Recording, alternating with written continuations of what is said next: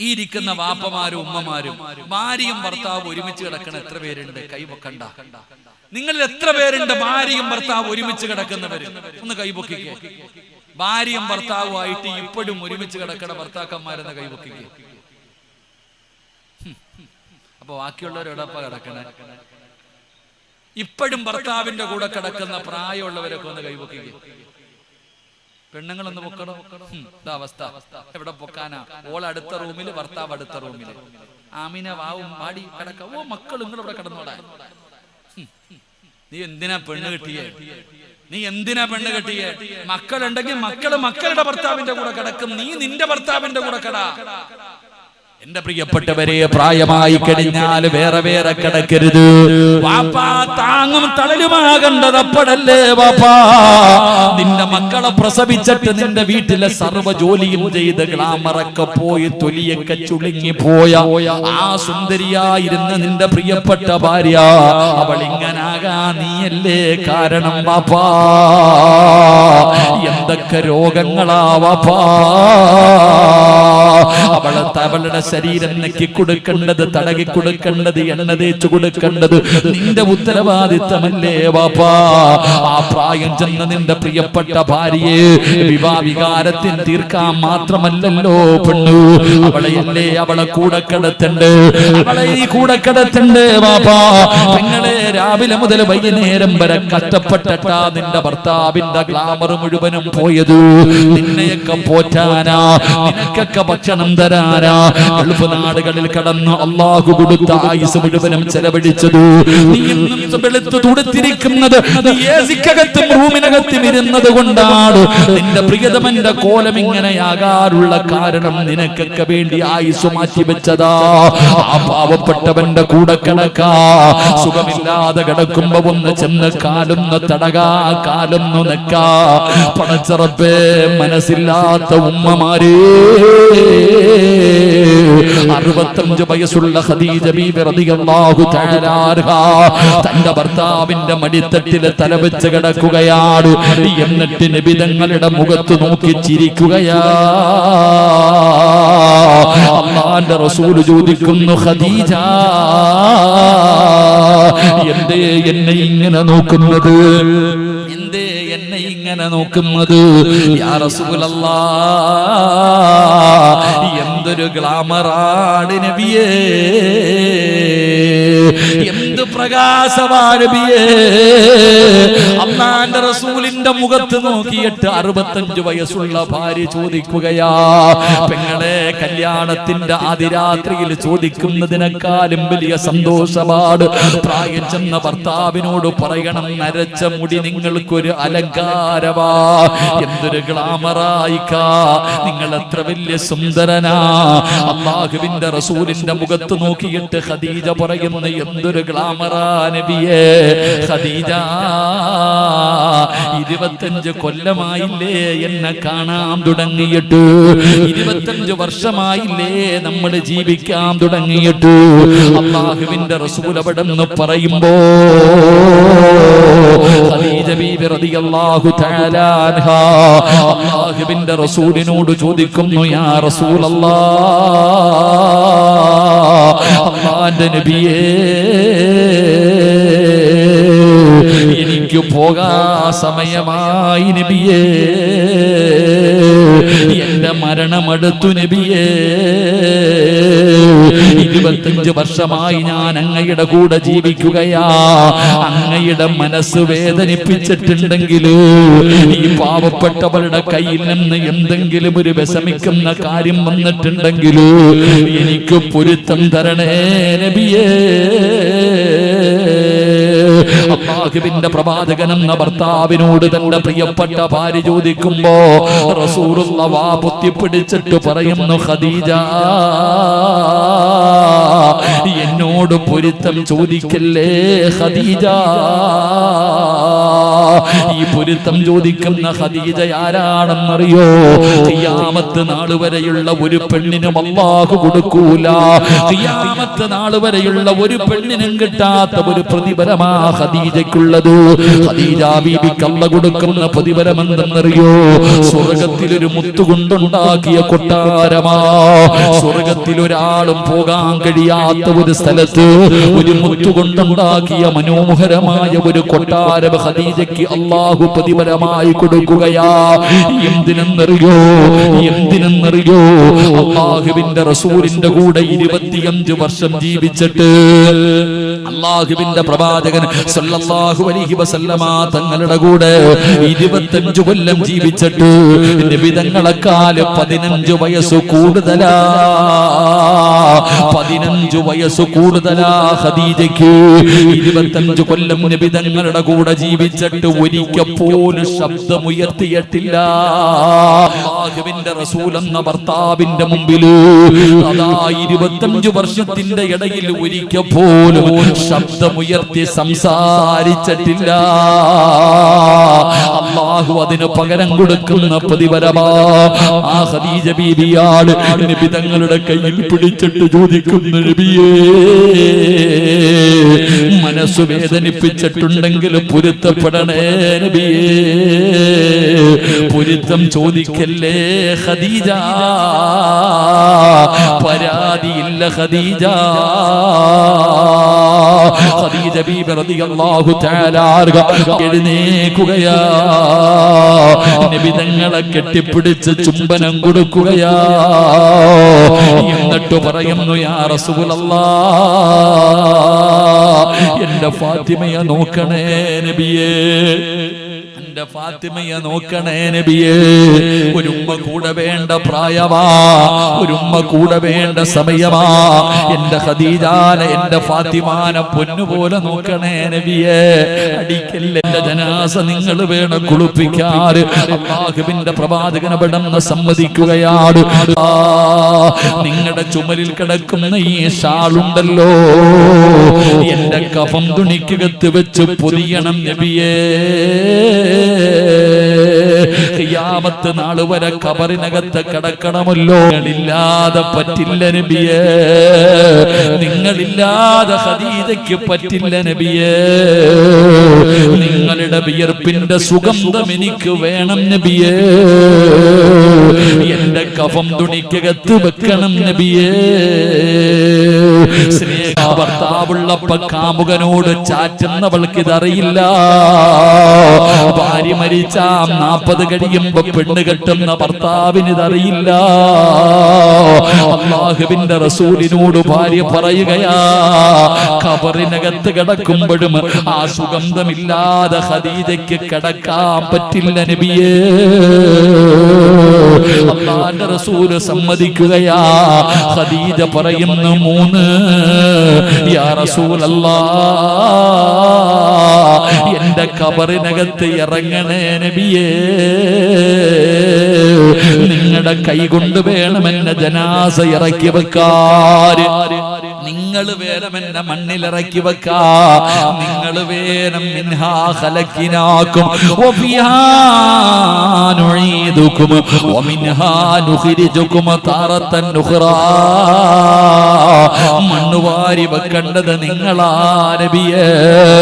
ഉമ്മഹാത്തുൽ മുഅ്മിനീൻ മഹ്ദി ഖദീജ,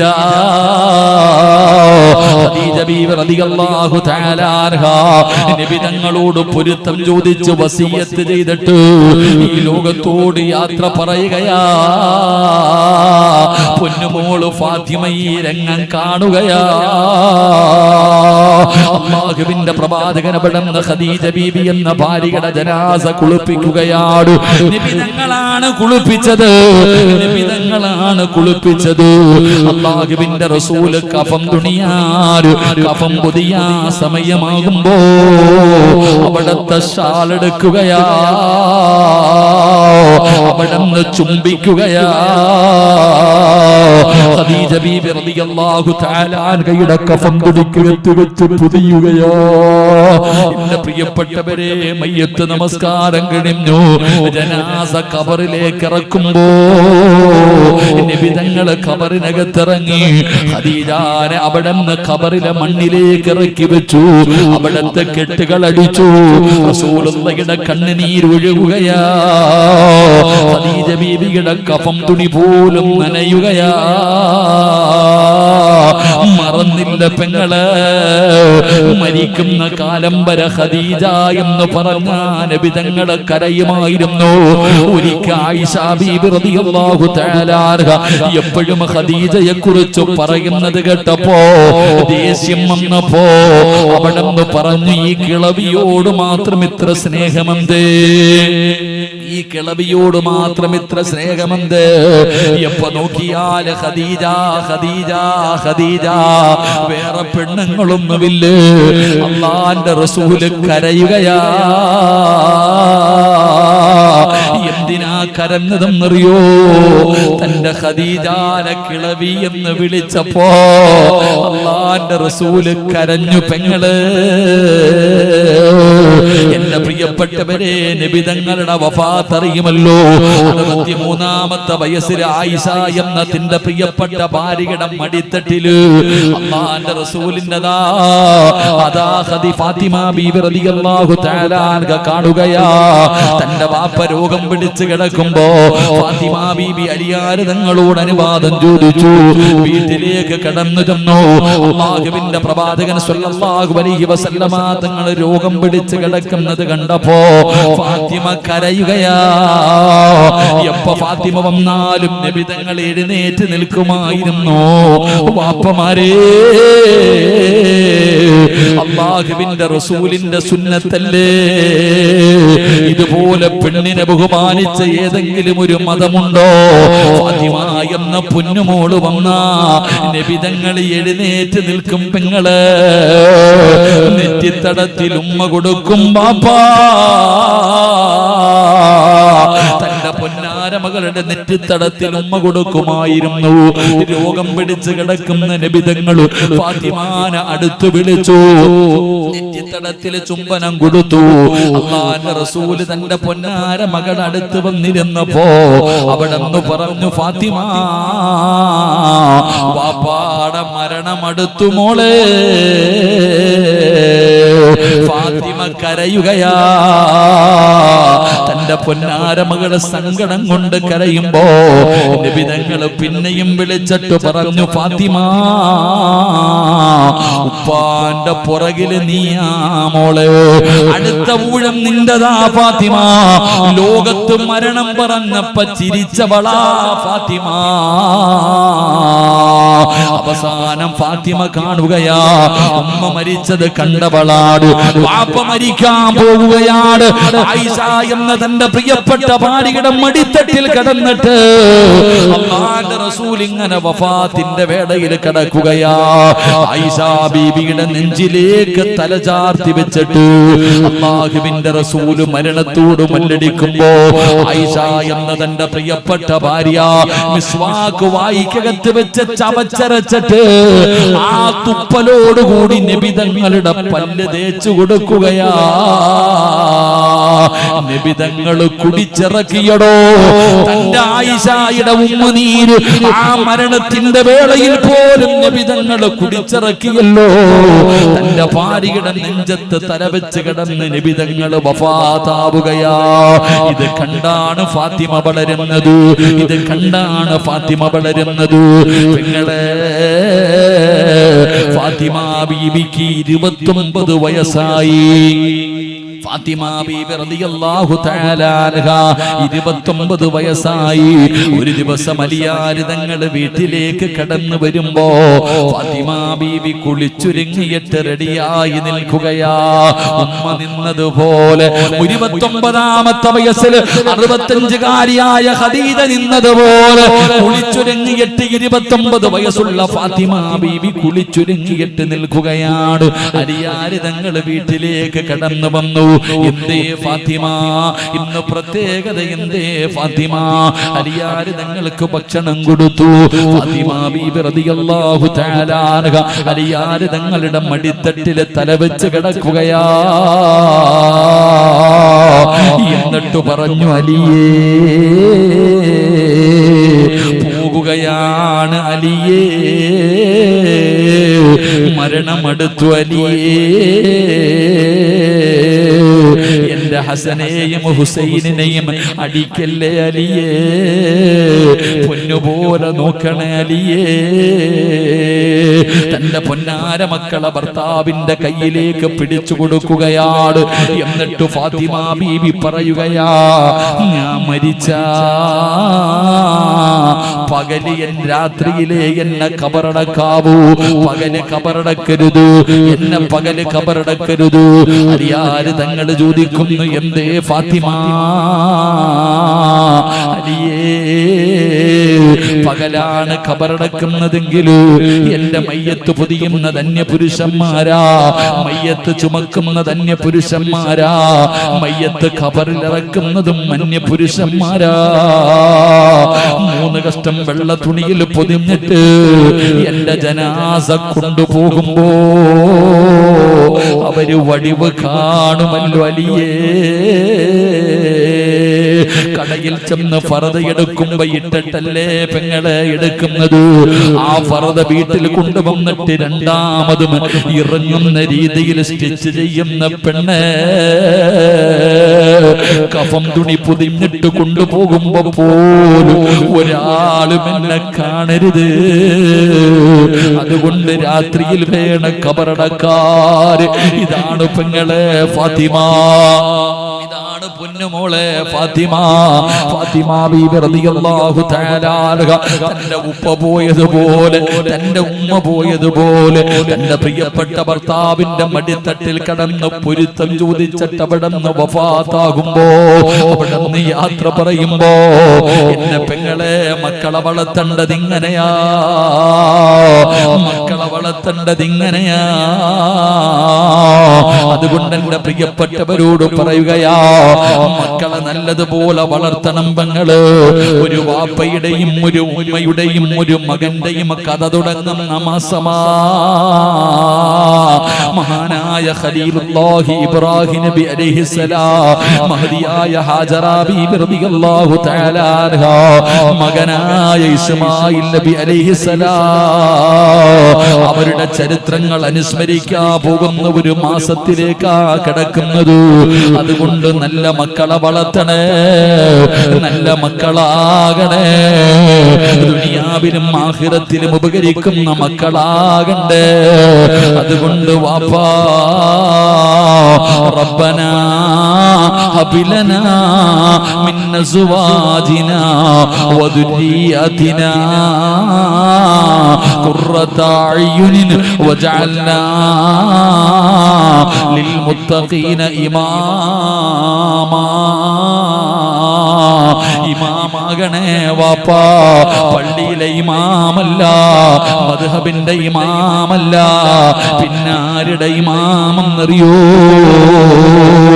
നിന്റെ ഭാര്യയുടെയും മക്കളുടെയും ഇമാമാകണേ പെങ്ങളെ, നിന്റെ ഭർത്താവിന്റെയും മക്കളുടെയും ഇമാമാകണേ.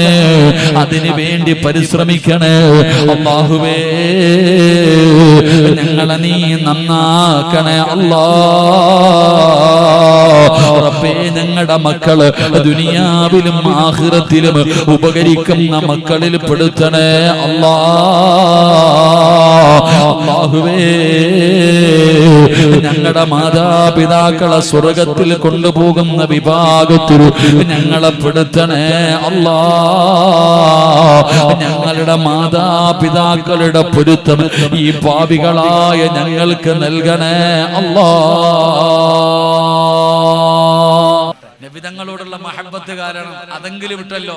നമ്മളോ, എന്റെ പ്രിയപ്പെട്ടവരെ, നമ്മളാരും പേരിന്റെ അർത്ഥം അവിടെ നിന്ന് നോക്കാറില്ല. എന്റെ പ്രിയപ്പെട്ടവരെ, പേരിന്റെ അർത്ഥം നോക്കണം പെങ്ങളെ. വെറുതെ എന്തെങ്കിലും ഇട്ടാ പോരാ. മക്കൾക്ക് പേരിടുമ്പോ ഉസ്താദന്മാർ ഏറ്റവും കൂടുതൽ പ്രയാസപ്പെടുന്നത് എപ്പോഴും അറിയോ? പഠിക്കുന്ന കാലത്ത് പോലും അത്രയും ഡിക്ഷണറി നോക്കിയിട്ടുണ്ടാകില്ല. പക്ഷെ ഇന്നങ്ങനല്ല, എവിടെ നിന്നെങ്കിലും ഒരു പേര് തപ്പിയെടുത്തു കൊണ്ടുവരും. എന്നിട്ട് അതിന്റെ അർത്ഥം ചോദിക്കുന്ന കാലമാണ് പെങ്ങളെ. നല്ല ചെറുപ്പക്കാരാ, അല്ലാഹു തന്ന മക്കൾക്ക് നല്ല പേരിടണം മോനെ. എന്തിനാണ് നല്ല പേരിടാൻ പറഞ്ഞത്? എന്തിനാണ് നല്ല പേരിടാൻ പറഞ്ഞത്? എന്റെ വാപ്പ എനിക്കിട്ട പേര് സിറാജുദ്ദീൻ, ദീനിന്റെ വിളക്കെന്ന എന്റെ വാപ്പ എനിക്ക് പേരിട്ടത്. അല്ലാഹുവേ, ഈ 37 കൊല്ലത്തിന്റെ ഇടയിൽ ലക്ഷക്കണക്കിന് കോടിക്കണക്കിന് ആൾക്കാര് എന്നെ വിളിച്ചത് ദീനിന്റെ വിളക്ക്, ദീനിന്റെ വിളക്ക്. എല്ലാരും വിളിക്കുന്നത് അങ്ങനെയാണ്, ദീനിന്റെ വിളക്ക്, ദീനിന്റെ വിളക്ക്. അല്ലാഹു ഇഷ്ടപ്പെട്ട ഏതോ ഒരു മനുഷ്യന് എന്നെ ദീനിന്റെ വിളക്ക് എന്ന് വിളിച്ചപ്പോ ഇന്ന് നിങ്ങളുടെ മുമ്പിൽ വന്ന് നിൽക്കാൻ കാരണം അതൊക്കെയാണോ? നമ്മുടെ ജീവിതത്തിൽ ഏറ്റവും കൂടുതൽ പ്രാവശ്യം നമ്മുടെ കേൾക്കുന്നത് നമ്മുടെ പേര് വിളിക്കുന്നതാ. അത് നല്ലവരും വിളിക്കും, മോശമായവരും വിളിക്കും. ആ നല്ലവരുടെ ഒരു വാക്ക് മതിയടോ നമ്മളൊക്കെ മാറി മറിയാ. അതുകൊണ്ട് മക്കൾക്ക് നല്ല പേര് വെക്കണേ. ഏത് പേരാ വെക്കേണ്ടത്? അഹബ്ബുൽ അസ്മാഇ അല്ലാഹുവിന് ഏറ്റവും കൂടുതൽ ഇഷ്ടപ്പെട്ട പേരേതാ? അല്ലാഹുവിന് ഇഷ്ടപ്പെട്ട പേര് വെക്കണം നമ്മുടെ മക്കൾക്ക്. അബ്ദുല്ല എന്ന പേരുള്ള ആരെങ്കിലും ഉണ്ടെങ്കിൽ ഒന്ന് കൈവക്കിക്കേ. അബ്ദുല്ല എന്ന പേരുള്ളവര് 1 2 3 4 5 പേര്, 6 പേര്. അള്ളാഹുവിന് ഏറ്റവും ഇഷ്ടപ്പെട്ട പേരേതാ? അള്ളാഹിക്ക് ഏറ്റവും ഇഷ്ടപ്പെട്ട പേരേതാ? അബ്ദുല്ല. അബ്ദുറഹ്മാൻ പേരുള്ള ആരെങ്കിലും ഉണ്ടോ? അബ്ദുറഹ്മാൻ ഒറ്റ മനുഷ്യൻ. അള്ളാഹുവിന് ഇഷ്ടപ്പെട്ട പേര്. അള്ളാഹു നമുക്ക് ഈമാൻ നൽകുമാറാകട്ടെ. നിങ്ങൾ ഖുർആനിൽ നോക്ക്, അർത്ഥമൊന്നും ചോദിക്കാൻ ഉസ്താദന്മാരുടെ അടുത്ത് പോകണ്ട. അള്ളാഹുവിന്റെ പരിശുദ്ധമായ ഖുർആൻ, അള്ളാഹുവിന്റെ പേര് വെക്കണേ, നബിതങ്ങളുടെ പേര് വെക്കണേ. ഇന്നാ അർസൽനാക ശാഹിദൻ വ മുബശ്ശിറൻ വ നദീറാ വദാഇയൻ ഇലല്ലാഹി ബിഇദ്നിഹി വസിറാജൻ മുനീറാ. അല്ലാഹ് പറയുകയാ, മുഹമ്മദ് ഷാഹിദ്, മുഹമ്മദ് മുബശ്ശിർ, മുഹമ്മദ് നദീർ, മുഹമ്മദ് ദാഇ, സിറാജ്, മുനീർ. ഇതൊക്കെ നബിതങ്ങളുടെ പേരല്ലേ മോനെ? എന്തിനാ ചെറുപ്പക്കാരാ? മജ്ലിസിന്നൂർ പാരായണം ചെയ്യുന്നവനാണല്ലോ.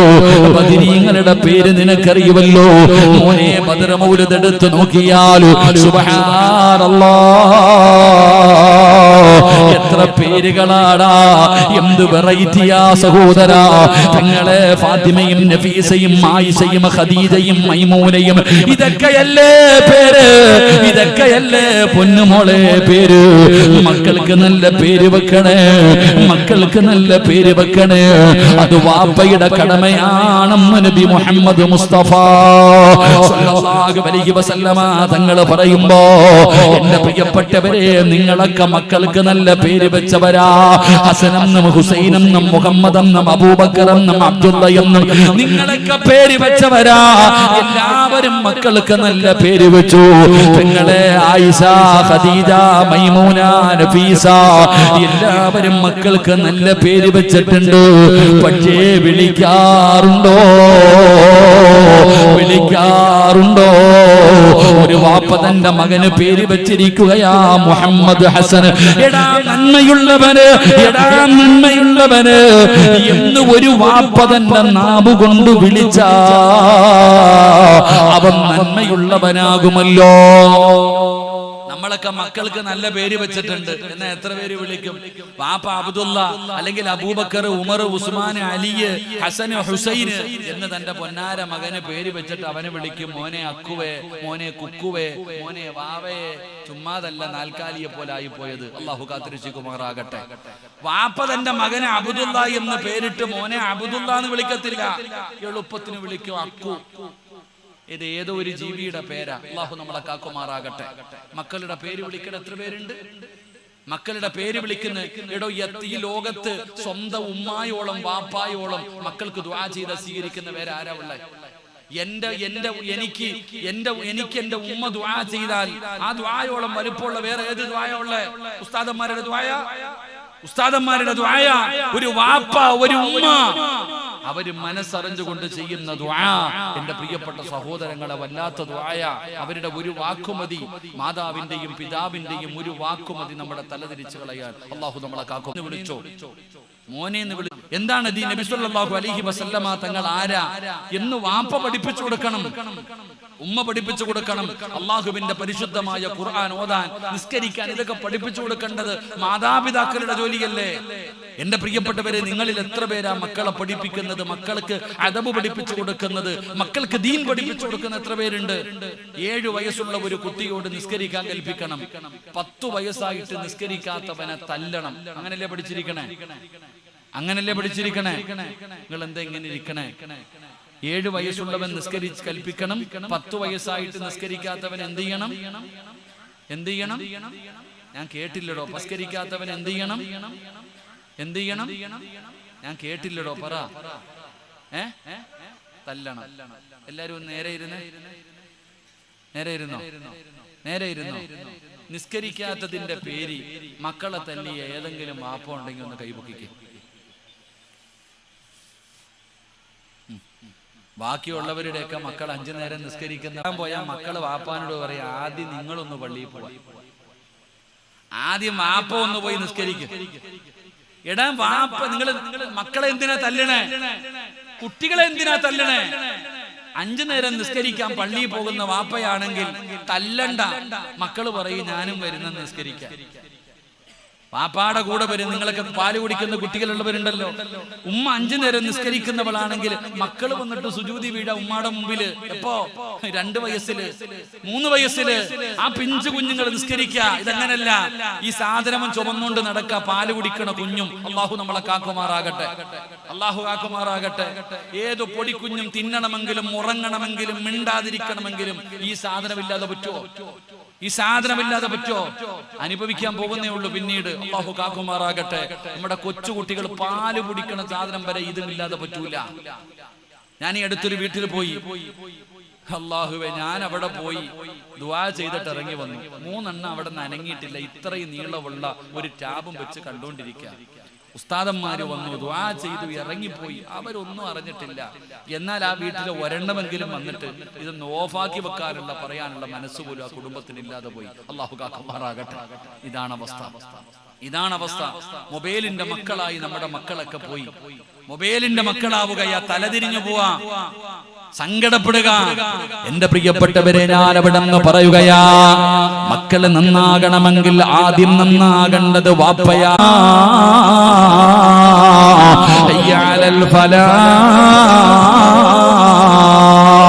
അല്ലാഹുവിന്റെ പള്ളിയുടെ മിനാരത്തിൽ നിന്ന് 5 നേരം ബാങ്ക് വിളിക്കുമ്പോ നീ നിസ്കരിക്കാൻ പള്ളിയിൽ പോകുന്നവനാണോ? നിത്യമായി കാണുന്ന മക്കളുണ്ടല്ലോ, അവര് ചോദിക്കുന്നു, വാപ്പാ ഞാനും വരട്ടെ, എന്നെ കൂടെ കൊണ്ടുപോകുമോ? ഇനി ഒരു ദിവസം നീ പള്ളിയിൽ പോയില്ലെങ്കിൽ നിന്റെ കൊച്ചുമക്കൾ വന്നിട്ട് ചോദിക്കുന്നു, ഉപ്പ എന്തേ പള്ളിയിൽ പോയില്ലേ? എന്റെ പ്രിയപ്പെട്ടവരെ, നന്മ കണ്ട് വളരുന്ന മക്കൾ അങ്ങനാടോ. പെങ്ങളെ, മഗ്‌രിബ് നമസ്കാരം കഴിഞ്ഞു ബാങ്ക് വിളിക്കുമ്പോ മക്കളോട് പറയുന്ന ഖുർആനോദ്, സലാത്ത് പറയേ, നിസ്കരിക്കൂ. എവിടെ ഇരുന്നിട്ടാ മോളെ പറയുന്നത്? ടിവിയുടെ പെണ്ടിലിരുന്നിട്ട് മക്കളെ ഉപദേശിച്ചാ നന്നാകുവോ മോളെ? അതുകൊണ്ട് പെങ്ങന്മാരോട് പറയുകയാ, ആദ്യം നിങ്ങൾ നന്നാകൂ.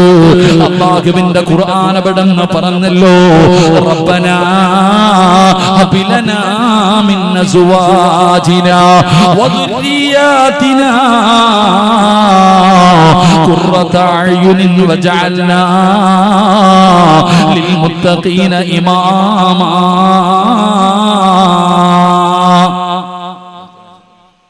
ലിൽമുത്തഖീന ഇമാമാ. എന്റെ പ്രിയപ്പെട്ടവരെ, പരിശുദ്ധമായ ഖുർആനിൽ എല്ലാവരും ദുആ ചെയ്യണേ.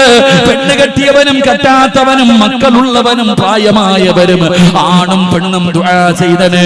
ഈ ദുആ ചെയ്യുന്നവർക്ക് സ്വർഗ്ഗത്തിലൊരു വീടുണ്ടോ? അല്ലാഹുവിന്റെ സ്വർഗ്ഗത്തിലൊരു വീട് കിട്ടുന്ന ദുആയാണ്. റബ്ബനാ ഹബ് ലനാ മിൻ അസ്വാജിനാ വദുരിയാതിനാ ഖുർറത അഅ്യുനിൻ വജഅൽനാ ലിൽ മുത്തഖീന ഇമാമാ. ഈ ദുആ ചെയ്യുന്നവന് സ്വർഗ്ഗത്തിലൊരു വീടുണ്ടെന്ന് നബി തങ്ങൾ പഠിപ്പിക്കുമ്പോ എന്താണ് ദുആയിക്കകത്ത് പറയുന്നത്? റബ്ബനാ ഹബ് ലനാ മിൻ അസ്വാജിനാ. അല്ലാഹുവിനോട് പറയുന്നു, നാഥാ പടച്ച റബ്ബേ, എന്റെ ഭാര്യയെ കണ്ണിന് കുളിർമയുള്ളതാക്കണേ അല്ലാ. എന്റെ ഭർത്താവിനെ കണ്ണിന് കുളിർമയുള്ളതാക്കണേ അല്ലാ. എന്റെ മക്കളെയും കണ്ണിന് കുളിർമയുള്ളവരാക്കണം. എന്റെ ഭാര്യയെയും എന്റെ മക്കളെയും നീ നന്നാക്കണം പടച്ചവര്.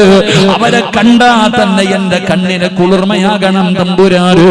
എന്നിട്ട് അല്ലാഹുവോട് പറയുകയാ, ലിൽ മുത്തഖീന ഇമാമാ, എന്റെ കൂടെ നന്നാക്കണേ അല്ലാ. എന്റെ ഭാര്യക്കും എന്റെ മക്കൾക്കും ഇമാമത്ത് നിൽക്കാൻ അർഹതയുള്ള, എന്റെ ഭാര്യയുടെയും മക്കളുടെയും ഇമാമ് ഞാനാ. എന്റെ ഭാര്യയുടെയും മക്കളുടെയും ഇമാമ് ഞാനാ. അവർക്ക് ഇമാമത്ത് നിൽക്കാൻ അർഹതയുള്ള പിതാവാക്കി എന്നെ മാറ്റണേ അല്ലാ, മാതാവാക്കി മാറ്റണേ അല്ലാ എന്ന് ദുആ ചെയ്യണേ എന്ന് ഖുർആൻ പറയുമ്പോ ഈ സദസ്സിലിരിക്കുന്നവരോട് പറയുകയാ, മക്കളെ നന്നാക്കണേ വാപ്പാ. നിനക്ക് താടിയുണ്ട്, നിനക്ക് തഴമ്പുണ്ട്, നീ ഹാജിയാരാ, നീ പള്ളി പ്രസിഡന്റാ, നീ നാട്ടിലെ ഏറ്റവും വലിയ കൊലകൊമ്പനാ, ഇതിലൊന്നും കാര്യമില്ലടോ. മക്കളെ നന്നാക്ക് വാപ്പാ. അല്ലാഹുവിന്റെ പ്രവാചകൻ പറഞ്ഞതെന്തെന്നറിയോ? റസൂലുള്ളാഹി പറയുകയാ, നാളെ അല്ലാഹുവിന്റെ കോടതിയിലെ ഏറ്റവും നശിച്ചവര് 3 വിഭാഗമാ. ഏറ്റവും നശിച്ചവര് അല്ലാഹു കരുണ കാണിക്കില്ല, അല്ലാഹു സംസാരിക്കില്ല, അല്ലാഹു മുഖത്ത് നോക്കില്ല. അത് കള്ളുകുടിയന്മാരല്ല, പലിശ തിന്നവരല്ല, ശിർക്ക് ചെയ്തവരല്ല, അഹങ്കാരികളല്ല, ധിക്കാരികളല്ല, സക്കാത്ത് കൊടുക്കാത്തവരല്ല. അവരാരെന്നറിയോ? ഈ സദസ്സിലിരിക്കുന്ന ചിലരാടോ, ഈ സദസ്സിലിരിക്കുന്ന ചിലരാടോ. നബി തങ്ങൾ പറയുകയാ, പരലോകത്തിലെ ഏറ്റവും വലിയ നിന്ദ്യവരാട്, അവര് നിന്ദ്യരാട്, ഏറ്റവും മോശമായവരാട്. അവരാരെന്നറിയോ? നബി തങ്ങളോട് സ്വഹാബത്ത് ചോദിക്കുന്നു, നബിയേ, യാ റസൂലല്ലാഹ്, അവരാരാണ് നബിയേ? അവരാരാണ് നബിയേ? അല്ലാഹുവിന്റെ പരലോകത്തിലെ ഏറ്റവും വൃത്തികെട്ടവര് 3 വിഭാഗം. അല്ലാഹു നമ്മളെ കാക്കുമാറാകട്ടെ, അല്ലാഹു നമ്മളെ കാക്കുമാറാകട്ടെ. ആരാ? ആരാ? ഈ സദസ്സിലിരിക്കുന്ന ചില വാപ്പമാർ. ഈ സദസ്സിലിരിക്കുന്ന ചില വാപ്പമാർ തന്റെ ഭാര്യയും മക്കളും ചെയ്യുന്നത് തെറ്റാണെന്നറിയാം. തന്റെ ഭാര്യയും മക്കളും ചെയ്യുന്നത് തെറ്റാണെന്നറിയാം.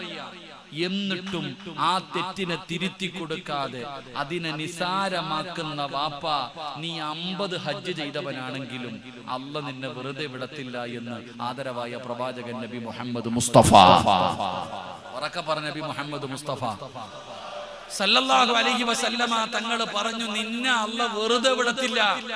നിന്റെ ഭാര്യ വലിയ ഹാജിയാരും തഴമ്പും താടിയും പ്രവാചകരും ഇമാമും ഇല്ലാടാ. മക്കളുടെ കോലം കണ്ടിട്ടുണ്ടോ? മക്കളുടെ കോലം കണ്ടിട്ടുണ്ടോ? ഭാര്യയുടെ കോലം കണ്ടിട്ടുണ്ടോ? ഖിയാമത്ത് നാളിന്റെ അടയാളവാ. ഒരു കാലം വരും, നബി തങ്ങൾ പറഞ്ഞു സല്ലല്ലാഹു അലൈഹി വസല്ലം, വാഹനം വരും, വാഹനത്തിന്റെ ഫ്രണ്ട് സീറ്റിൽ നിന്ന് ജുബ്ബയും തൊപ്പിയൊക്കെ വെച്ച നിസ്കാരത്തഴമ്പുള്ള ഹാജിയാര് ഈമാനിക വേഷത്തോടു കൂടി വണ്ടിയുടെ ഡോറ് തുറന്ന് പുറത്തേക്ക് ഇറങ്ങും. പുറകീന്ന് ഹൂറില്ലീങ്ങൾ ഇറങ്ങും. അല്ലാഹു നമ്മളെ കാക്കുമാറാകട്ടെ, അല്ലാഹു നമ്മളെ കാക്കുമാറാകട്ടെ. ഫ്രണ്ടിൽ നിന്ന് തല തൊപ്പിയൊക്കെ ഉള്ള വലിയ ഹാജിയാർ ഇറങ്ങും, പുറകീന്ന് പുറകിന്ന് ഹാജിയാരുടെ ഭാര്യ ഒരു ഡോറ്, മോൾ ഒരു ഡോറ്. കാണേണ്ട കാഴ്ചയാ. അള്ളാഹു നമ്മളെ കാക്കുമാറാകട്ടെ. തിരുത്തി കൊടുക്കണം ബാപ്പ, നിന്റെ ജോലിയാത്. പള്ളിയിലെ ഖതീബിനെ അല്ല തിരുത്തേണ്ടത്, സ്വന്തം പെണ്ണും പിള്ളയും മക്കളെയും പോയിട്ട് ആദ്യം തിരുത്തി നന്നാക്ക്. പള്ളിയിലെ ഉസ്താദന്മാരെ നന്നാക്കാൻ, നാട്ടുകാരെ നന്നാക്കലല്ല, ആദ്യം നിന്റെ കൂടെ കിടക്കുന്നവളെ നന്നാക്ക്. അവര് രണ്ടുപേരെയും അള്ളാഹു നിന്നെ ഏൽപ്പിച്ചിരിക്കുന്ന അമാനത്താണെന്ന് ആദരവായ പ്രവാചകൻ നബി മുഹമ്മദ് മുസ്തഫ. ആദ്യം നീ വിട്ട് ഇന്നത്തെ കുട്ടികളുടെ അവസ്ഥ കണ്ടിട്ടില്ലേ? മുട്ടുപൊക്കളിന്റെ ഇടയിലുള്ള ഭാഗം ആണിന്റെ ഔറത്തല്ലേ? ആണോ അല്ലേ? ആണിന്റെ ഔറത്താണോ? ഔറത്താണ്. എന്നിട്ട് നിന്റെ മോൻ കീറിയ പാൻറ് വിട്ടുകൊണ്ട് നടക്കുന്നില്ലേ? എന്തേ ആ തുട കീറിയതൊന്ന് നേരെ തച്ചു കൊടുക്കാത്തത്? അല്ലാഹു ഈമാൻ തരുമാറാകട്ടെ. പൊക്കിളി മുട്ടിന്റെയും പൊക്കിളിന്റെയും ഇടയിലുള്ള ഭാഗം ആണിന്റെ ഔറത്ത്. നിന്റെ മോൻ കീറിയ പാൻറും ധരിച്ചിട്ട് നടക്കാം. നീ ആദ്യം പോയിട്ടൊരു നല്ല പാൻറ് വാങ്ങിച്ചു കൊടുക്ക്. അല്ലാഹു ഈമാൻ തരുമാറാകട്ടെ. പെണ്ണുങ്ങള് സുബ്ഹാനല്ലാഹ് എന്നാലോചിക്ക്. ഇവരുടെ ഒന്നും പറയാൻ പറ്റില്ല ഇവരെ കുറിച്ച്. ഇവരെന്തെങ്കിലും പറഞ്ഞാകത്ത അല്ലാഹു കാക്കുമാറാകട്ടെ. എനിക്ക് ഒന്നാമതേ പേടിയാ. ഞാൻ ഈ പ്രഭാഷണം ലൈവ് ചെയ്യുന്നതിനോട് യോജിക്കാത്ത ആളാ. കാരണം ഞാനൊരു 7 വർഷം മുമ്പ് 2017-ലോ 18-ലോ എങ്ങാണ്ട് ഒരു വഅദ് പറഞ്ഞു. ഈ പെണ്ണുങ്ങളെ തല്ലാൻ പറ്റുന്ന 5 അവസരങ്ങൾ ഞാൻ വഅദ് പറഞ്ഞു 2017-ല്. ഇപ്പം 30 കേസുണ്ട്. അല്ലാഹു ഈമാൻ തരുമാറാകട്ടെ. ആമീൻ പറയടോ. എത്ര കേസുണ്ട്? 30 എണ്ണം. എന്തിന്റെ പേരിലാ? കൊലപാതകം ചെയ്തതിന്റെ പേരിലോ?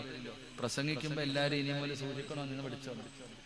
പെണ്ണുങ്ങളെ തല്ലാൻ പറ്റുന്ന 5 അവസരങ്ങളെ കുറിച്ച് പ്രസംഗിച്ചപ്പോ പെണ്ണുങ്ങളെ തല്ലാൻ ഇവരെ പെണ്ണുങ്ങളിൽ നിന്നും വിളിക്കരുതെന്നാ പറയണേ. ഇവരെ എടി വാടി പോടി എന്നൊന്നും വിളിക്കാൻ പാടില്ല. ഇവരെ വലിയ ബഹുമാനത്തോടു കൂടി വിളിക്കണം. വനിതാ കമ്മീഷനിൽ പോയവർക്കറിയാതെ ഇവരെ മഹതിമാരെന്ന് വിളിക്കണമെന്ന്. അതോ നിങ്ങളൊന്നും പറയണില്ല റബ്ബേ. അല്ലാഹു കാക്കുമാറാകട്ടെ. അല്ലാഹു കാക്കുമാറാകട്ടെ. എന്റെ പ്രിയപ്പെട്ട സഹോദരങ്ങളെ, ഇവരൊന്നും പറയാൻ പാടില്ല. അല്ലാഹു അത് കാരണം അവര് കുഴപ്പമൊന്നുമില്ല. നരകത്തിലധികം ഇവര് തന്നെയല്ലേ? നരകത്തിലധികവും പെണ്ണുങ്ങൾ. അല്ലാഹു കാത്തിരക്ഷിക്കുമാറാകട്ടെ. ആമീൻ പറ ചങ്ങായിമാരെ. ഇവിടെ തൊട്ടകത്ത് പോയി കിടക്കേണ്ട വരും അല്ലേ? സുബ്ഹാനല്ലാഹ്. അതപ്പോ ഞാൻ പറഞ്ഞേ, എന്താ പറഞ്ഞോണ്ടിരുന്നേ? 30 കേസ്. അത് ഓർമ്മിപ്പിക്കാതെ ഞാൻ ഇതുവരെ പോലീസ് സ്റ്റേഷന്റെ അകം പോലും കണ്ടിട്ടില്ല. എന്റെ ഇത്രയും കൊല്ലത്തിനിടയിൽ ഞാൻ ഒരു പെറ്റി കേസ് പോലും ഇല്ലാത്ത ആളാ. പക്ഷെ വന്നപ്പോ എത്ര എണ്ണം വന്നു?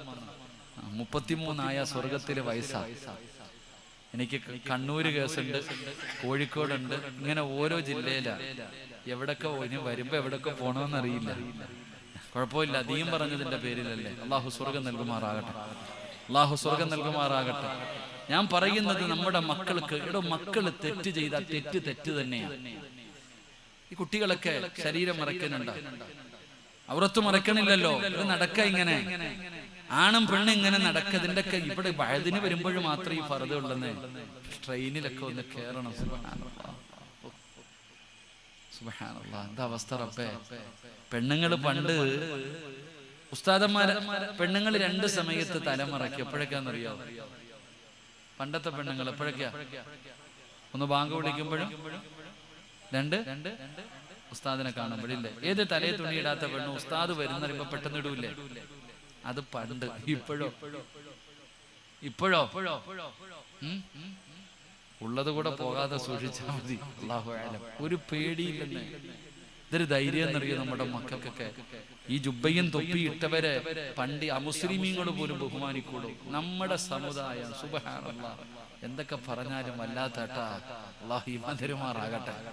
എന്റെ പ്രിയപ്പെട്ട സഹോദരങ്ങൾ, ഇതൊക്കെ ഇപ്പൊ നോക്കിക്കോണം. വയത് കഴിഞ്ഞു. എന്തിനാ കുട്ടികളെ കുറ്റം പറയുന്നത്? ഇപ്പൊ വയത് കഴിഞ്ഞില്ലേ? ഇവിടെ നിന്ന് ഇറങ്ങിപ്പോകും. ഈ ഇരിക്കണ തങ്ങന്മാര് ഉസ്താദന്മാരുടെ ഒക്കെ മുമ്പിൽ വെച്ച് ദുആയൊക്കെ ചെയ്ത് പാപം മുഴുവനും കഴുകി കളഞ്ഞിട്ട് ഇറങ്ങിപ്പോകും. ഈ ഇറങ്ങിപ്പോകുമ്പോ ഈ വയല് കേൾക്കാൻ വന്നിരിക്കുന്ന വാപ്പമാരിൽ പലരും ഈ ഉടുത്ത മുണ്ടങ്ങോട്ട് മടക്കിയിട്ടൊരു ഉടുത്തലുണ്ട്. വാപ്പാടെ തൊട മുഴുവനും പുറത്ത് കിടക്കും. വയലിന് വന്നവർക്ക് കാണാൻ. അല്ലാഹു ഈമാൻ തരുമാറാകട്ടെ. വാപ്പ ഇങ്ങനെ കാലിന്റെ തുടയിലടിച്ചോണ്ടാ നടക്കാം. മുണ്ടിങ്ങനെ അങ്ങോട്ട് മടക്കി കൊടുത്തിട്ട് നാലിച്ചേക്കേ. എടാ, നീ എവിടുന്നാടാ വീടി വലിക്കാൻ പഠിച്ചത്? ഞാൻ വാപ്പാടെ കുറ്റി വീടി എടുത്തിട്ട് ആദ്യം പഠിച്ചേ. ഒരു പയ്യന് അസർ നിസ്കാരം കഴിഞ്ഞ് പള്ളിയിൽ നിന്ന് ഈ പ്രായമുള്ളവർ ഇറങ്ങുമ്പോ ഒരു പയ്യൻ പള്ളിയുടെ മുമ്പിൽ നിന്ന് വീടി വലിക്കുക. ഒരു ചെറുപ്പക്കാരൻ അപ്പൊ ഈ പ്രായമുള്ളവരുടെ മുമ്പിൽ വെച്ച് വലിക്കുന്നത് കണ്ടപ്പോ ആരുടെ മോനടാ, ഇവിടെ അങ്ങനെ ആൾക്കാർ കൂടിയിട്ട് പ്രായമുള്ളവർ പറയും അത് ഇന്ന ആളുടെ മോൻ ഇങ്ങനെ ചർച്ച ചെയ്യാ. അപ്പൊ ഇത് കേട്ട ഒരു ചെറുപ്പക്കാരൻ ഈ കുട്ടിയുടെ വാപ്പാനെ കണ്ടപ്പോ പറഞ്ഞു, ഹബീബെ നിങ്ങളുടെ മോൻ ആ പ്രായമുള്ള കാരണവന്മാര് പള്ളിയുടെ മുമ്പിൽ നിൽക്കുമ്പോ പരസ്യമായിട്ട് നിന്ന് വീടി വലിക്കണ്ടെന്നൊന്നും പറയണില്ല, അവനെ ഒന്ന് ഉപദേശിക്കണം കേട്ടോ, ഒന്ന് മാറിയൊക്കെ നിന്ന് വലിക്കാൻ. ഈ സഹോദരൻ ആ പയ്യന്റെ വാപ്പാനോട് പറഞ്ഞപ്പോ വാപ്പ പറഞ്ഞ മറുപടി എന്തെന്നറിയോ, നീ അവനെ ഒന്ന് ഉപദേശിക്കുക, എന്റെ മുന്നിൽ ഇരുന്ന് വലിക്കല്ലേ. അവൻ വാപ്പാടെ മുമ്പിൽ ഇരുന്ന് വലിക്കുന്നവനാ. ഇട ഇന്നത്തെ കുട്ടികളോട് ഒരു കാര്യം ചെയ്യണ്ടെന്ന് പറഞ്ഞ ചെയ്ത് എന്നെ കാണിച്ചു തരും. അള്ളാഹു കാക്കുമാറാകട്ടെ. ഇപ്പത്തെ കുട്ടികൾ ആരെങ്കിലും കള്ളുകുടിക്കോ? ഇപ്പൊ ആരും കള്ളുകുടിക്കത്തില്ല. കുടിക്കോ? ഇപ്പൊ ആരും കള്ളുകുടിക്കത്തില്ല. കഞ്ചാവ് അടിക്കണതല്ല. ആരൊക്കെ ഇപ്പൊ കള്ളൊക്കെ പാവങ്ങൾക്ക് ഇപ്പൊ കൂടിയ ഐറ്റങ്ങൾ അടിക്കണത്. അള്ളാഹു നമ്മുടെ മക്കളെ കാത്തുരക്ഷിക്കുമാറാകട്ടെ. തെറ്റാണെന്ന് പറഞ്ഞ് നീ അസറിന് പള്ളി വരും, മഗ്രിബ് നിസ്കരിച്ച് അള്ളാഹുവെ ഹദ്ദാദിലും പങ്കെടുത്ത് ഉസ്താദിന്റെ കയ്യ് മുസാഫകത്ത് ചെയ്തിട്ട് ഇശാ കഴിഞ്ഞിട്ടാ നീ വീട്ടിൽ പോണ, നീ നല്ലവനാ. നീ വീട്ടിൽ പോകുമ്പോഴോ നിന്റെ ഭാര്യ ഹജ്ജ് ചെയ്തോണ്ടിരിക്ക, ടിവിയുടെ ഫ്രണ്ടിൽ ഇരിക്കുന്നുണ്ട്. ഇങ്ങനെ തെറ്റല്ലേ വാപ്പ? തെറ്റല്ലേ? നിങ്ങൾ എന്താ ഇങ്ങനെ ഇരിക്കണം? ഉള്ള പറ തെറ്റല്ലേ? സിനിമയും സീരിയലും കാണുന്നത് പാവാണോ? പിന്നെ എന്തിനാ ഇത് മേടിച്ചു വെച്ചേ? ഇതാരാ മേടിച്ചു വെച്ച? നീ ഈ ഫർദയും ഹിജാബും ഇട്ടുകൊണ്ട് നടക്കുന്ന നിന്റെ മോള് വീട്ടിൽ ചെല്ലുമ്പോൾ അവസ്ഥ നീ കണ്ടിട്ടുണ്ടോ? വീട്ടിൽ പോകുമ്പോൾ അവസ്ഥ കണ്ടിട്ടുണ്ടോ? നൈറ്റ് ഡ്രസ് പോലും തോറ്റുപോകുന്ന രീതിയിൽ വസ്ത്രം ധരിച്ചുകൊണ്ട് നടക്കണ്ടെന്ന് ഞാൻ പറയണില്ല. ഈ ഭക്ഷണം കഴിക്കാതിരിക്കുമ്പോ പോലും പ്രായപൂർത്തിയായ സഹോദരന്റെ മുമ്പിൽ ഇതിട്ടോണ്ടാ വന്നിരിക്കുക. നിന്റെ മോനോ ഇത്രയോ ഉള്ള നിക്കർ ഇട്ടോണ്ടാ വരുന്നത്. അള്ളാഹു കാക്കുമാറാകട്ടെ. എങ്ങനെ വരണേ? 15ഉം 16ഉം വയസ്സുള്ള പെങ്ങളുടെ മുമ്പില് മുട്ടിന്റെ മുകളിലുള്ള അതിട്ടോണ്ടാ വരുന്നേ. ഇത് ധൈര്യവാപ്പാ, നിനക്ക് തിരുത്താൻ തോന്നിയില്ലേ? തെറ്റാണെന്ന് നിനക്ക് തോന്നിയില്ലേ? അപ്പൊ നിങ്ങൾ ചോദിക്കും, ഉസ്താദേ കൂടപ്പറപ്പല്ലേ? കൂടപ്പുറപ്പിനെ കാണാൻ പറ്റുമോ? കൂടപ്പുറപ്പിന് ഔറത്ത് കാണാൻ പറ്റുമോ? പോട്ടെ, ഉമ്മാടെ ഔറത്ത് മക്കൾക്ക് കാണാൻ പാടുണ്ടോ? വാപ്പാടെ ഔറത്ത് മക്കൾക്ക് കാണാൻ പാടുണ്ടോ? അല്ല മക്കളെ വളർത്തേണ്ടത് എങ്ങനെയെന്നറിയോ? ഇംഗ്ലീഷ് പടം കാണുന്ന ഉപ്പായും ഉമ്മായും കേട്ടോ ഒരുമിച്ചിരുന്നിട്ട് സെക്സ് പടം കാണുന്നവരുണ്ടല്ലോ. അരപ്പാവാടായിട്ട് ആടുന്നതിന്റെ ആട്ടം സഹോദരനും സഹോദരിയും ബാപ്പയും ഉമ്മയും ഒരുമിച്ച് കാണുന്നല്ലോ നീയൊക്കെ. അള്ളാന്റെ ഖുർആൻ പറഞ്ഞ എന്തെന്നറിയോ? 3 സമയങ്ങളിൽ പ്രായപൂർത്തിയാകാത്ത മക്കള് മാതാപിതാക്കളുടെ റൂമിനകത്ത് കയറാൻ പാടില്ലെന്ന് അള്ളാഹുവിന്റെ വിശുദ്ധ ഖുർആൻ. അള്ളാഹു ഈമാൻ നൽകുമാറാകട്ടെ. ഏത് മക്കള്? 7 വയസ്സിന് താഴെ അല്ലെങ്കിൽ 10 വയസ്സിന് താഴെ പ്രായമുള്ള മക്കൾ. 10 വയസ്സിന്റെ താഴെ പ്രായമുള്ള മക്കൾ. 7 വയസ്സുള്ളവനോട് നിസ്കരിക്കാൻ കൽപ്പിക്കും. അപ്പൊ 7 വയസ്സിന്റെ താഴെ പ്രായമുള്ള മക്കൾ വാപ്പയുടെയും ഉമ്മയുടെയും റൂമിനകത്ത് കയറണമെങ്കിൽ 3 സമയം വാതിലി തട്ടിയിട്ട് അനുവാദം ചോദിക്കാതെ കയറരുതെന്ന് അള്ളാഹുവിന്റെ വിശുദ്ധ ഖുർആൻ. അള്ളാഹു ഈമാൻ നൽകുമാറാകട്ടെ. എപ്പോഴാ 3 സമയം? 1 നട്ടുച്ച സമയം. 1 നട്ടുച്ച സമയം. എന്റെ പ്രിയപ്പെട്ട സഹോദരങ്ങളെ, 2 രാത്രിയിൽ, 3 വെളുപ്പാങ്കാലത്ത്. 3 സമയം ഏതൊക്കെ? വെളുപ്പാങ്കാലം, ഉച്ച സമയം, ഉച്ചഭക്ഷണം കഴിച്ചിട്ട് കിടക്കുന്ന സമയം, രാത്രിയിൽ. ഈ 3 സമയങ്ങളിൽ അനുവാദമില്ലാതെ റൂമിനകത്ത് കയറരുത്. കേറിയാലോ? ഉദാഹരണം ഞാൻ പറയാം, പെട്ടെന്ന് മനസ്സിലാകുന്ന തങ്ങന്മാരൊക്കെ ഉസ്താന്മാരൊക്കെ ക്ഷമിക്കണം. ഒരു ഉദാഹരണം ഞാൻ പറയാം. നമ്മൾ രാത്രി കിടക്കുമ്പോൾ ഒരു മുണ്ടെടുത്തിട്ട് കിടന്നുറങ്ങും. നമ്മളെല്ലാവരും രാത്രിയിൽ ഏകദേശമുള്ള ആണുങ്ങളൊക്കെ മുണ്ടെടുത്തിട്ട് കിടന്നുറങ്ങും. രാവിലെ 4:30-ക്കോ 5 മണിക്കോ ചാടി എഴുന്നേക്കുമ്പോ ആദ്യം തിരയുന്നത് എന്റെ മുണ്ടെന്തേ അല്ലാന്നാ. പടച്ചവൻ ആമിനോ കട്ടിലിനടി കിടക്കുന്ന മനുഷ്യ എടുത്തു കൊടുത്ത് അല്ലാഹു ഈമാൻ തരുമാറാകട്ടെ. അപ്പൊ വെളുപ്പാങ്കാലത്ത് 4 മണിക്ക് നമ്മുടെ മക്കളെങ്ങാണ് റൂമിൽ കയറി വന്ന ഗോവക്കടപ്പുറത്ത് സായിപ്പ് അടക്കണമല്ല ഉപ്പ് അടക്കണം. എടാ, ഒരു ഉപ്പാട് ഔറത്ത് മക്കൾക്ക് കണ്ടാ എന്തെങ്കിലും തോന്നുമോ? ഒന്നും തോന്നില്ല. 7 വയസ്സുകാരനല്ല, 70കാരനും തോന്നില്ല. ഒരു ഉമ്മയുടെ ഔറത്ത് ഒരു മകള് 10 വയസ്സുകാരിയാകട്ടെ 50 വയസ്സുകാരിയാകട്ടെ, തന്റെ ഉമ്മയുടെ ഔറത്ത് കണ്ടാൽ ഒരു മകൾക്കും ഒന്നും തോന്നാറില്ല. എന്നിട്ടും അള്ളാഹു പറഞ്ഞ് കാണണ്ട, ഉമ്മയുടേതാണെങ്കിലും വാപ്പയുടേതാണെങ്കിലും മക്കള് കാണരുത്. മക്കള് കാണരുത്. പിന്നല്ലേ ബാക്കിയുള്ളവര്? നീ ഒരുമിച്ചിരുന്നല്ലേ പടം കാണുന്നത്? അല്ലാഹു അലം. ഇതാണ് കുടുംബം. അല്ലാഹു ഈമാൻ തരുമാറാകട്ടെ. ഇത് കുടുംബം. മക്കളെ വളർത്തേണ്ടത് വെറുതെയല്ല. അതുകൊണ്ട് എന്റെ പ്രിയപ്പെട്ടവരോട് പറയുകയാ, മക്കളെ നല്ലതുപോലെ വളർത്തണേ, മക്കളെ നല്ലതുപോലെ വളർത്തണേ. എങ്ങനെയാണ് വളർത്തേണ്ടതെന്നറിയോ? മക്കളെ വളർത്തേണ്ടത് എങ്ങനെയാണെന്ന് പറഞ്ഞു തരാ. വെറുതെ വളർത്തിയാ പോരാ. എന്റെ പ്രിയപ്പെട്ടവരെ, മക്കൾക്ക് നിങ്ങൾ അദബ് പഠിപ്പിച്ചു കൊടുക്കൂ. വാപ്പാ, ഇവിടത്തെ പള്ളിയിൽ നിന്ന് സുബഹി ബാഗ് അസ്സലാത്തു ഖൈറും മിനൻ സുബഹി ബാങ്ക് വിളിക്കുമല്ലോ, നീ നിസ്കരിക്കാൻ വരുമല്ലോ. നീ നിസ്കരിക്കാൻ വരുമല്ലോ. നിന്റെ കൂടെ കിടക്കുന്ന ഭാര്യ നീ വിളിച്ചുണർത്താറുണ്ടോ? അവളെ വിളിച്ചുണർത്തിയിട്ട് നിസ്കരിപ്പിക്കണ്ട. നീ പള്ളിയിലേക്ക് വരുന്ന വഴിയിലല്ലേ പ്രായപൂർത്തിയായ മകന്റെ റൂം കിടക്കുന്നത്? അവന്റെ വാതിലിൽ തട്ടിയിട്ട് റൂമിനകത്ത് കയറിയിട്ട് വാടാ, പള്ളിയിൽ പോയി നിസ്കരിക്കാ. വിളിച്ചുകൊണ്ട് വരുവോ വാപ്പാ, വിളിച്ചുകൊണ്ട് വരുവോ വാപ്പാ? നിന്റെ അമാനത്തായി അല്ലാഹ് ഏൽപ്പിച്ചതല്ലോ, അത് നിന്റെ ബാധ്യതയല്ലോ. അതാ നിന്റെ പെൺമക്കള്, വിവാഹം കഴിഞ്ഞ പെൺകുട്ടികള് അതാ മരുമകന്റെ കൂടെ റൂമിനകത്ത് കിടക്കുമ്പോ വിളിക്കണം ബാപ്പാ.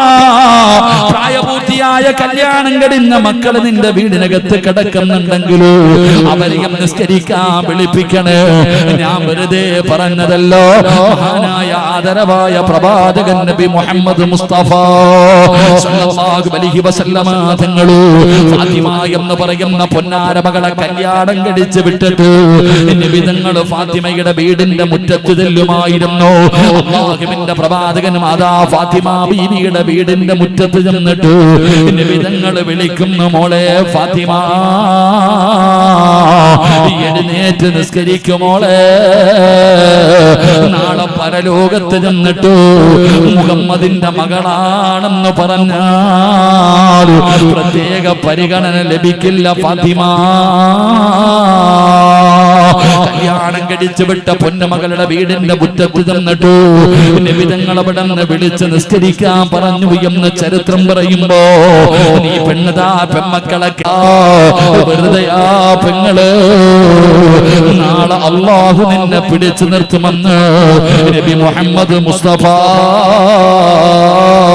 സല്ലല്ലാഹു അലൈഹി വസല്ലമ തങ്ങൾ പറയുമ്പോ, എന്റെ പ്രിയപ്പെട്ടവരോട് പറയുകയാ, അദബ് പഠിപ്പിക്കണേ, അല്ലാഹുവിനെ കുറിച്ച് പറഞ്ഞു കൊടുക്കണേ, നല്ല ചുറ്റുപാടുകളിൽ വളർത്തണേ. മക്കളെ നിങ്ങൾ വല്ലാതെ നോക്കണേ. എന്റെ പ്രിയപ്പെട്ടവരെ, സ്കൂളിൽ വിട്ടാൽ മാത്രം മക്കള് നല്ലവരാകില്ല. ഇപ്പൊ സ്കൂള് തുറന്നിരിക്കുകയാണ്. ഏറ്റവും നല്ല മാതാപിതാക്കളുടെ കടമയാ. 2 ദുആ ചെയ്യണേ വാപ്പാ, ദുആ ചെയ്യണേ പെങ്ങള്. മക്കള് നല്ലവരാകാൻ, മക്കള് നല്ലവരാകാ. മാതാപിതാക്കൾ അല്ലാഹുവോട് ദുആ ചെയ്യണം. റബ്ബനാ ആതിനാ ഫിദ്ദുനിയാ ഹസന വഫിൽ ആഖിറതി ഹസനതൻ വഖിനാ അദാബന്നാർ. അല്ലാഹുവിനോട് നിങ്ങൾ മക്കളെ നന്നാകാ ദുആ ചെയ്യട്.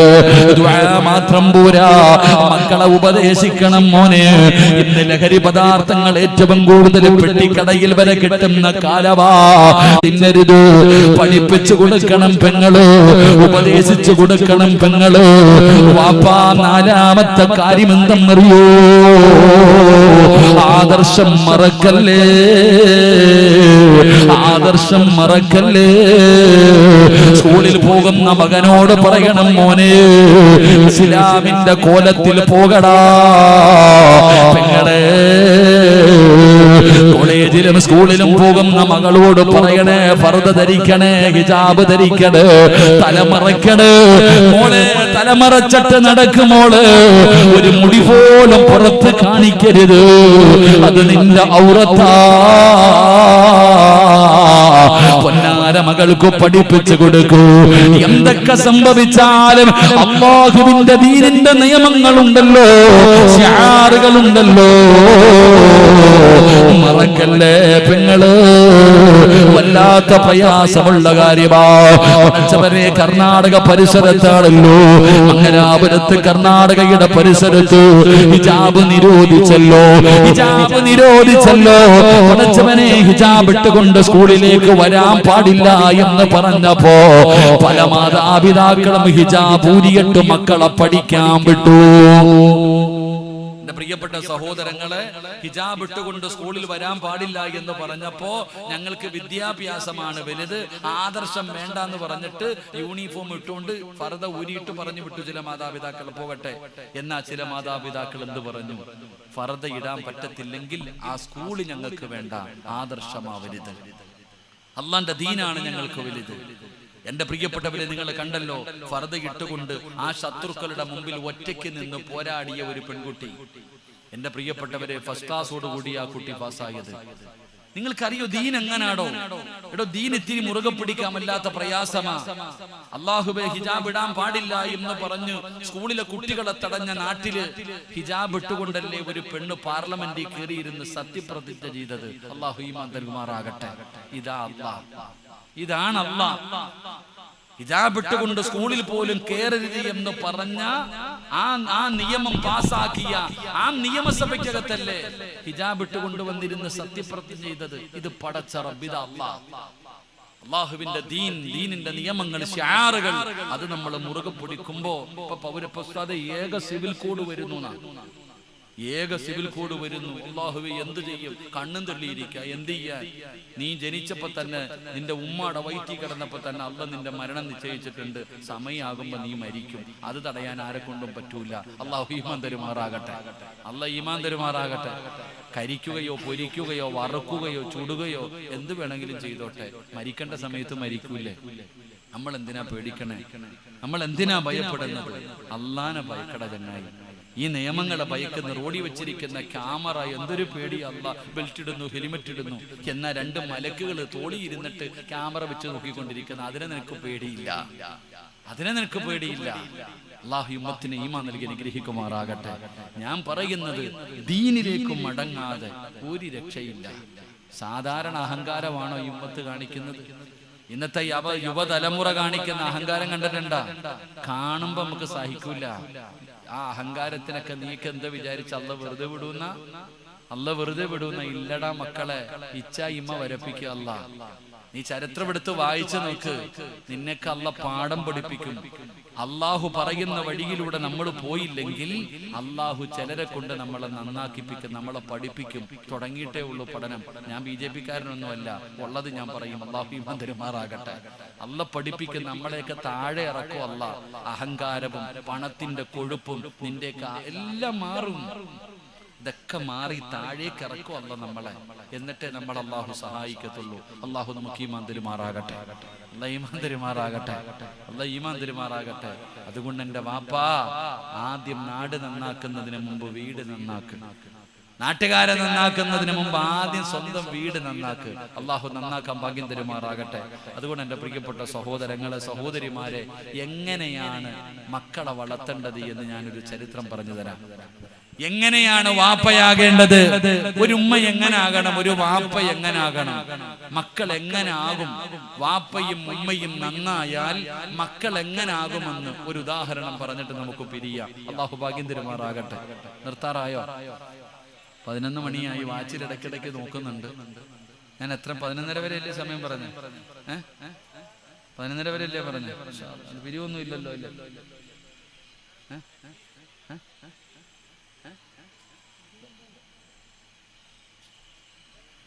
പിരിവൊന്നും ഇല്ലല്ലോ അനിയ.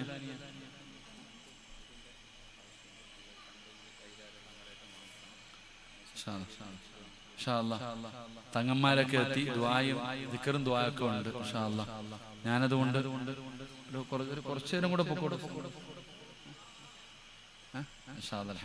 കുഴപ്പമില്ലല്ലോ. പറയണമെന്ന് ആഗ്രഹമുള്ളവരൊക്കെ ഒന്ന് കൈവക്കിക്കേ. അൽഹംദുലില്ലാഹ്. പൈസ ചോദിക്കുമ്പോൾ ഇതുപോലെ പൊക്കണം കേട്ടാ. അല്ലാഹു ഈമാൻ നൽകുമാറാകട്ടെ.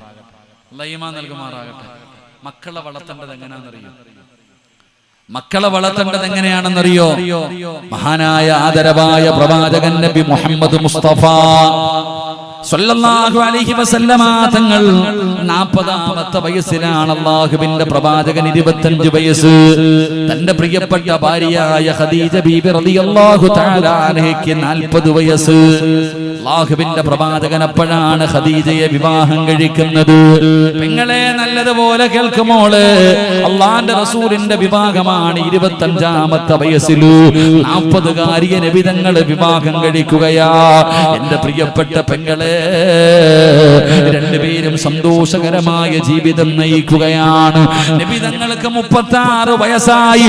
അല്ലാഹുവിന്റെ പ്രവാചകന് 36ാമത്തെ വയസ്സിലോ 35ാമത്തെയോ 36ാമത്തെ വയസ്സിലോ അല്ലാഹുവിന്റെ റസൂലിന് പടച്ച റബ്ബ് ഒരു പൊന്നുമോളെ കൊടുക്കുകയാ, മഹ്ദി ഫാത്തിമ.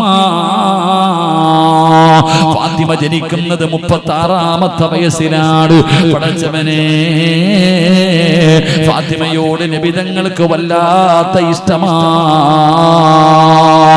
എല്ലാവരും ഫാത്തിമയെ കാണുമ്പോ ഒന്നാണ് പറയുന്നത്, വാപ്പാടെ മോള്, വാപ്പാടെ മോള്, വാപ്പാടെ മോള്.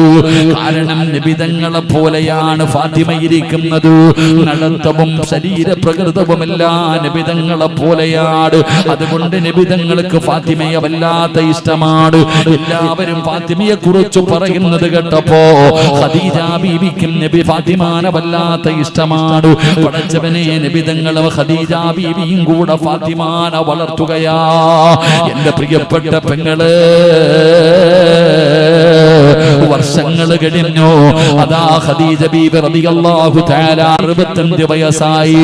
ഒരു ദിവസം അല്ലാഹുവിന്റെ പ്രവാചകൻ സല്ലല്ലാഹു അലൈഹി വസല്ലമ തങ്ങൾ അതാ തന്റെ വീട്ടിലേക്ക് കടന്നു വരുമ്പോ 65 വയസ്സുള്ള തന്റെ പ്രിയപ്പെട്ട ഭാര്യ കുളിച്ചൊരുങ്ങിയിട്ട് വീടിന്റെ കവാടത്തിൽ കാത്തു നിൽക്കുകയാ. അങ്ങനാണ് ഭാര്യ. ജോലി കഴിഞ്ഞ് വീട്ടിലേക്ക് വരുന്ന ഭർത്താവിനെ കാത്തു നിൽക്കുന്നവളാ ഭാര്യ. പടച്ച റബ്ബേ, രാവിലെ മുതൽ വൈകുന്നേരം വരെ കഷ്ടപ്പെട്ട് ജോലി ചെയ്ത ശരീരവും തളർന്ന വീട്ടിലേക്ക് കയറി വരുമ്പോ ആ മനുഷ്യൻ തളർന്നാണ് വരുന്നത്. ആ തളർന്നു വരുന്ന ഭർത്താവിനെ വീടിന്റെ കവാടത്തിന്റെ മുമ്പിൽ കാത്തു നിന്ന് പുഞ്ചിരിക്കുന്ന മുഖത്തോട് അവിടെ നിന്ന് സലാം പറഞ്ഞ് സലാം അടക്കി വീടിനകത്തേക്ക് വിളിച്ചു കയറ്റി. ഭർത്താവ് വീടിനകത്തേക്ക് കയറുമ്പോ തലകിലിട്ടിരിക്കുന്ന ഷാളിന്റെ ഒരു ഭാഗമെടുത്ത് വിയർത്തൊലിച്ചു വരുന്ന ഭർത്താവിന്റെ നെറ്റിത്തടമൊന്ന് തുടയ്ക്കണം പെണ്ണ്. അവളാണ് ഭാര്യ, അവളാണ് ഭാര്യ. ഇത് സിനിമയുടെ കഥയല്ല പറയുന്നത്. അങ്ങനെ ഒരിക്കലെങ്കിലും നീ ഒന്ന് ചെയ്തു നോക്കൂ. നിന്റെ ഭർത്താവിന്റെ പ്രയാസം മാറുകയാ, വേദന മാറുകയാ.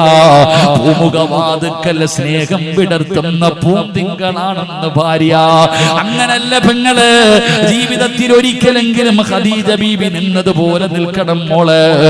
അല്ലാഹുവിന്റെ റസൂൽ എന്താ വീടിനകത്തേക്ക് കയറി വന്നോ. ഖദീജ ബീബി കഴിക്കാൻ ഭക്ഷണം എടുത്തു കൊടുത്തു. അല്ലാഹുവിന്റെ പ്രവാചകൻ സല്ലല്ലാഹു അലൈഹി വസല്ലമ തങ്ങളെ ഭക്ഷണം കഴിച്ചു. നബി തങ്ങളുടെ മടിത്തട്ടിലേക്ക് ഖദീജ കടക്കുകയാ. 25ാമത്തെ വയസ്സിലല്ല, 65 വയസ്സുള്ള ഖദീജ ആരുടെ മടിത്തട്ടിലാ? തന്റെ ഭർത്താവായ നബി തങ്ങളുടെ മടിത്തട്ടിലു. ആരോടാ പറയുന്നത്? 50 കഴിഞ്ഞ ഭാര്യ വേറെ റൂമില്, ഭർത്താവ് വേറെ റൂമില്. ഈ കേൾക്കാൻ വന്നിരിക്കുന്ന ഭർത്താക്കന്മാരോട്, ഭാര്യമാരോട്